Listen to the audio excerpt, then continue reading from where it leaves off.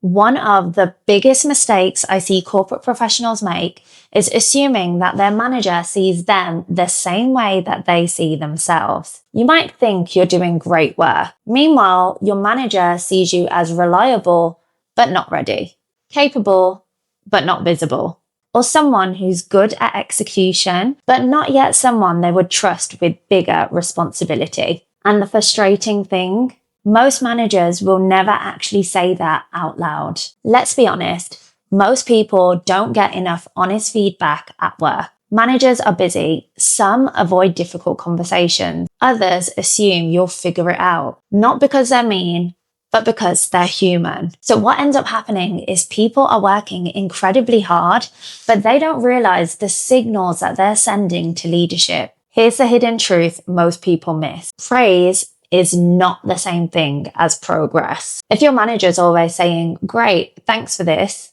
but they never really challenge your way of thinking, or they don't really seem to push you, the subtext, that means they are comfortable with exactly where you are. Real investment often looks like stretch feedback. If someone's taking time to really question your approach, push your thinking, or try to put you on those harder problems to solve, that's usually a sign that they see potential.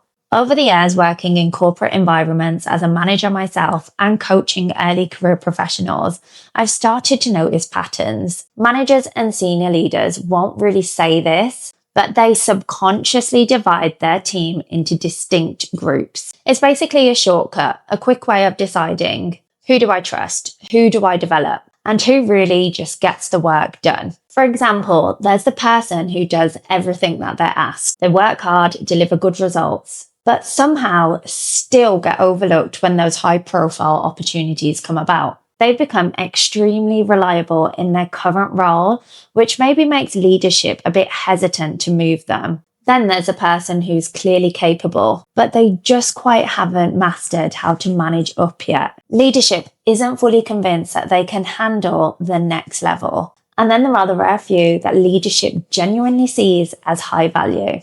The one who provides that one thing every manager craves: certainty. One of the biggest signals I see managers respond to is something that I call the manager lens. Managers see the people who create work for them and the people who actually reduce their workload.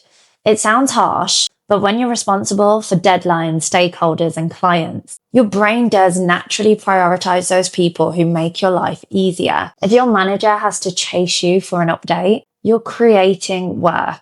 If you anticipate the update before they ask, you're reducing it. And depending on where you are right now in your career, you might recognize one of these frustrations. Maybe you feel like your work goes unnoticed. Maybe you feel like you're capable of more, but you're not getting those opportunities. Or maybe you're doing well, but you're not quite sure what the next level actually requires. If you stay in the wrong category for too long, you might start to get labeled. And once that label sticks, it becomes much harder to change. That's actually why I built a quick free diagnostic to help with this. It's a short quiz called What's Your Workplace Personality, designed for early career professionals to see which category they fall into, because only one of the four tends to get promoted consistently faster.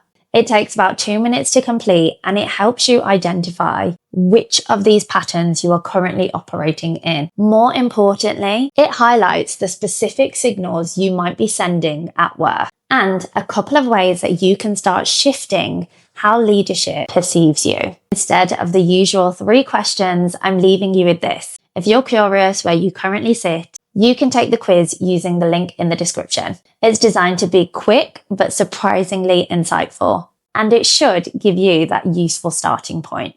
Your career isn't built on how hard you work. It's built on how your work is perceived. Understand the signals and change your trajectory. I'm Jag Dhaliwal. Let's keep getting into the subtext, and I'll see you next week.